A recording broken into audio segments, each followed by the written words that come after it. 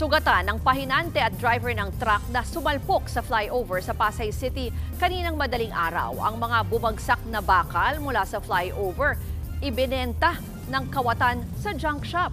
Nasa frontline ng balitang yan, si Nina Ongpauco, exclusive.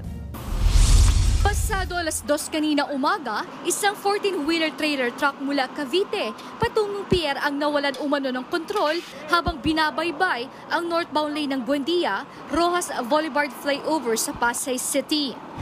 May nalaglag na isang trailer truck dito sa kabaan ng flyover ng Buendia, Rojas. Nakaambalang na yung truck dito sa pinaka ng service road.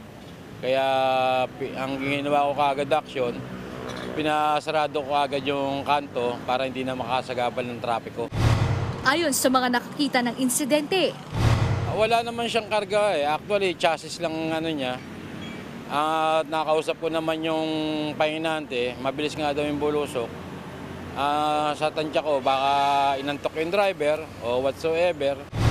Kukuha sana ng kargada ang truck nang aksidente itong bumangga sa mga railings ng flyover.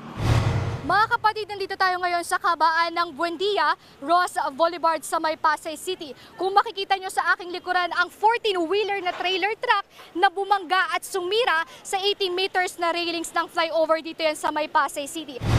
Ayon sa may-ari ng truck, galing sa sakit ang 60 anyos na driver at pumasada para kumuha ng i-deliver sa pier. Dagdag pa niya, walang bisyo ang driver nito at aksidente ang nangyari. Hindi po umiinom yung driver ko nun, ma'am, mabait po yun. Walang bisyo, ang bisyo lang talaga nun, sigarilyo lang po. Tapos ano nangyari? Hindi ko po masasabi, ma'am, kung anong nangyari. Baka na-atake o ano, hindi natin alam. Ang railings o ang bakal na sira na pagdiskitahan pa raw para i-junk shop. Ang kasamaan palad, sa laki nitong truck, natanggal niya yung mga railings na nakaharang. May nagbuhat kaagad ng isang span ng tubo. At hindi na rin namin nahabol ang sabi sa amin ay naisakay daw sa jeep. Siguro ibebenta sa junk shop. Ayon sa mga nakasaksi, nagtamo ng head injury ang driver at nawala ng malay. Agad siyang dinala sa pinakamalapit na ospital. Sugatan din ang pahinante ng truck. Kung napunta siya sa bandang gitna, medyo kayo may kataasan, sa sitwasyon na nakita namin ngayon, ay malamang patay yung driver tsaka pahinante.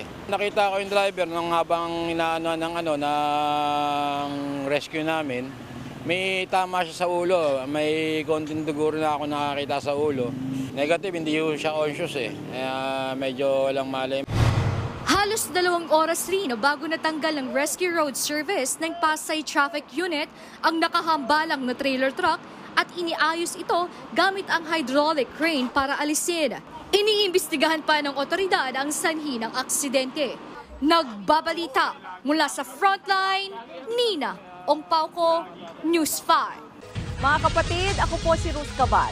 Maging maalam at may pakialam sa mga may init at rumaratsyadang balita sa Frontline Express.